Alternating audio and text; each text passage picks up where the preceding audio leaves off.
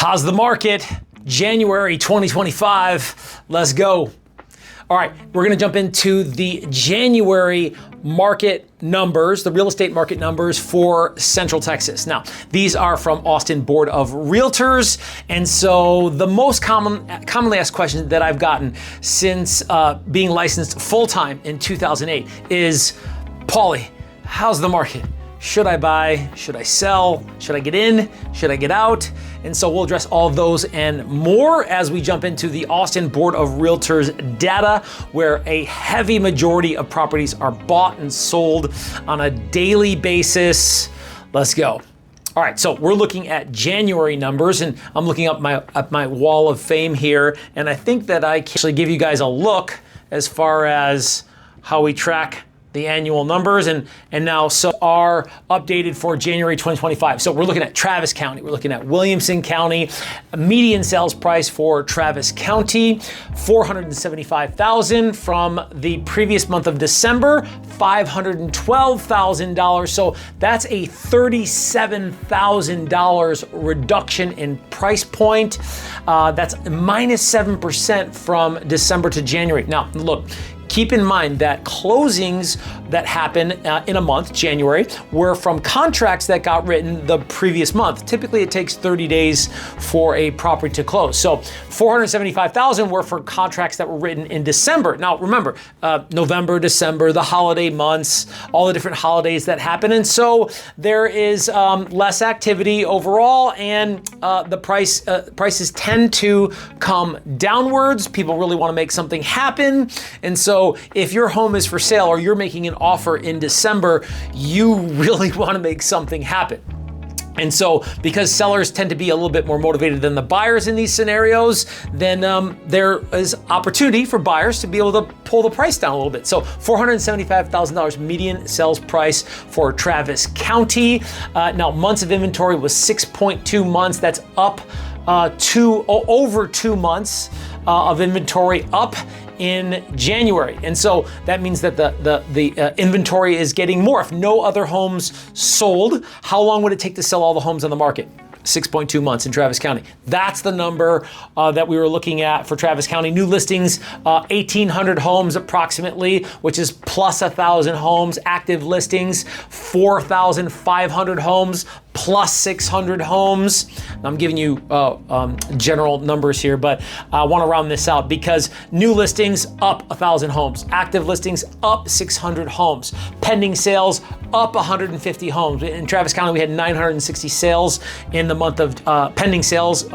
Properties go pending in the month of January, and so we're seeing more listings, more active listings. Median price point come downwards. Now, this is properties that went into contract in December and closed in January because average days on market was 84 days. Now, look, it was up 9 days, so up over a week on how long it took to sell a property.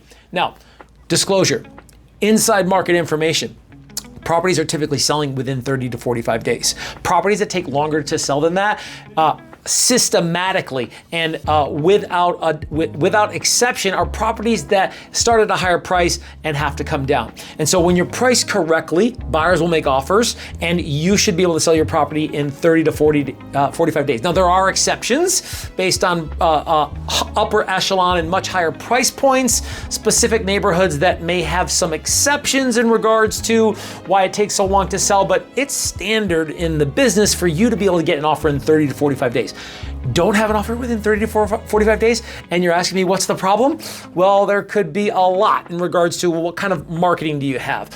How is the price actually compared to the recent properties that have closed or have gone pending?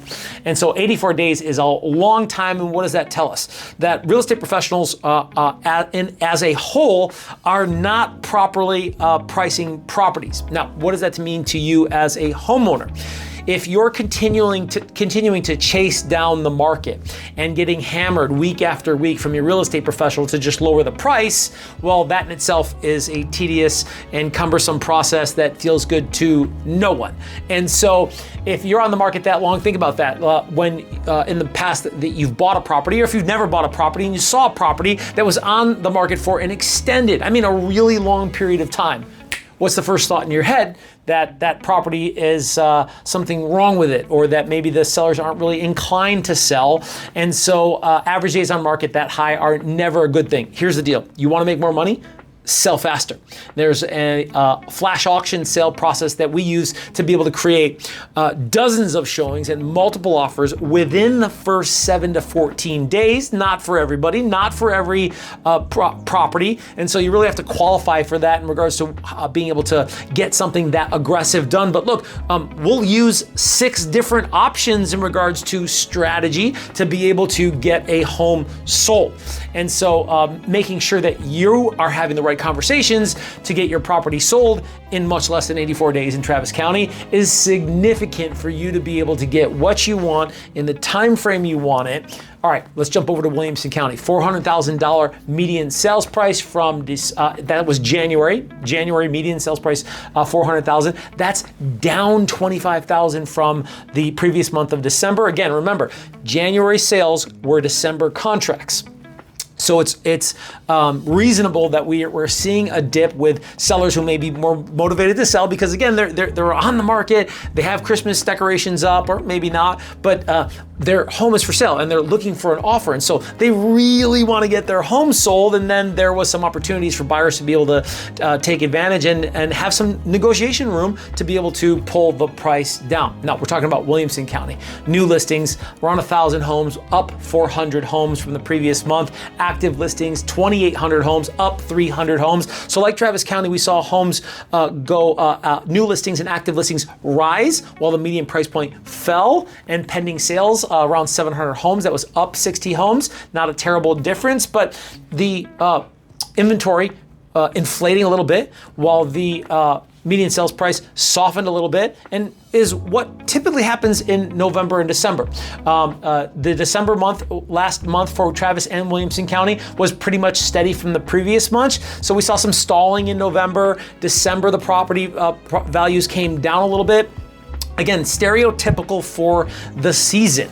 And now ask to close price for Williamson County, 92%, 92.9% was up a little bit, meaning how far off was the close price from the ask price? Well, in Williamson County was 92%. And so now we're at the end of February, because again, these Austin Board of Realtor numbers come out mid to late month, which is why it takes so long. So I appreciate you hanging in there. And it is so important to be able to go over these numbers because Austin Board of Realtors is tracking trends year over year while month to month changes are happening. So what's happening right now? Should I sell? Should I buy? Well, look, we're at the end of February and we're already seeing uptick in activity. I think there was some consumer confidence in the new administration politically, and I'm not going to get into politics, but look, there's consumer confidence in the market, and that matters. And so the consumer confidence sometimes is just a matter of mindset. And so, hey, that's a good thing in regards to people moving money, even though interest rates haven't really gone considerably down. We've seen them move a little bit below 7%, but with increased activity. Now, again, seasonally as February and March and April ramp up, because pretty typically we see March and April numbers, March, April, May numbers begin to increase as far as appreciation. Almost year over year, systematically, we see March, April, May in appreciation begin to nudge upwards. So if you want to sell your home, look, hey, March, April, May are the months where we're seeing more heavy increases in appreciation. I mean, almost like clockwork, that's happening. Now you can't time the market. And even for professionals like myself in any industry, timing is impossible. But you can ride some more traditional trends in regards to season, where if you were to hold off until April or May, that you could potentially get a little more for your property. Because June, things begin to cool off a little bit, while July and August actually tends to dip in regards to activity while people enjoy summer activities and holidays. They're getting ready for the school season. Pretty typically, people like to settle in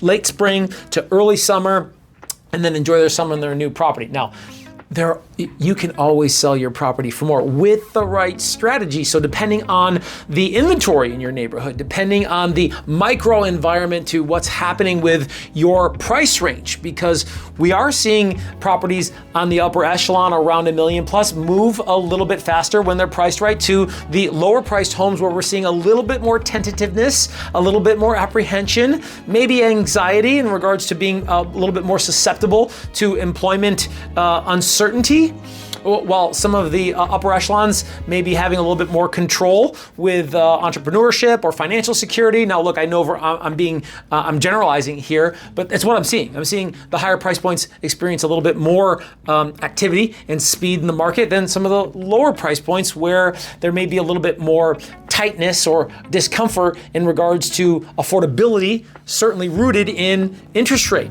And so there's all kinds of factors to be able to consider when you're talking about, well, when's the right time to sell my home? Which again entails a deeper conversation to understand, okay, here's what's going on with the market. Here's what's going on with your market, your neighborhood, your vicinity, your area, your product type, the type of home you have, a single story, an older home, a newer home, a refurbished home, a home that needs a lot of work. There's a lot to take into consideration, because let me touch on what we talked about earlier, which was time is money. Now, everybody's heard that time is money, and if you sell faster, you'll sell for more. With the right strategy, with the right relationship, to be able to ensure that you get what you want in the time frame that you want it. Now, buying property, man, there's some really cool things happening with especially new homes, that their inventory is fluxed up a little bit and it's gotten bigger, where there's some crazy incentives with interest rates below 4%. I mean, it's happening. Now, there's less homes in the central metro, less new homes in the central metro area of Austin. It happens, but certainly there's, as far as availability and the number of homes or the desired location of those new homes tends to vary on availability. So having a conversation to figure out, is that realistic for me? Is that something that is an option for me? Is another opportunity to have a conversation with a professional who understands the market, who's in the market every day, to figure out, can I take advantage of a property that could potentially get me a 4% or lower interest rate? Well, Paul, what about me on the resale homes? Is that an option for me? Maybe. Where if you were to negotiate a buy down, now what type of buy down, as far as a permanent or a temporary buy down, conversation for later to figure out whether that would make sense for you and how much that would cost for you, because there's certain variables in regards to all of those factors. But the short answer is yes, that could be an opportunity for you based off of a conversation that we have with the sellers who are selling a home, not a new home, right? A resale home, to be able to contribute towards the buy down, towards how much they could contribute towards the buy down, and what negotiations could be had to be able to get a great deal, because obviously that's circumstantial based off of the property and the demand in the area and the circumstances of the seller, which is why it's always about who you know. Who are you having conversations with to make sure that you get a great deal? Now, I've been serving clients since 2008, full-time. Prior to that, for a few years, part-time, but in 2008, I went full-time. The perfect year to get involved in real estate in Las Vegas, Nevada, where the market was notoriously horrific. But yet, I was able to double my business year over year as the years went by, because I was focused on the conditions of the market and understanding how to take advantage if you're a seller, how to take advantage if you're a buyer, so that you can get what you want in the time frame you want it. Won't that be great? Hey, let's have a conversation around your real estate needs. You're considering to buy or sell or maybe invest. And while a lot of people are down on the investment opportunities in real estate, especially around Central Texas, there still are opportunities. But hey, let's talk about that, because your vision is my mission. I look forward to a conversation soon. Stay tuned.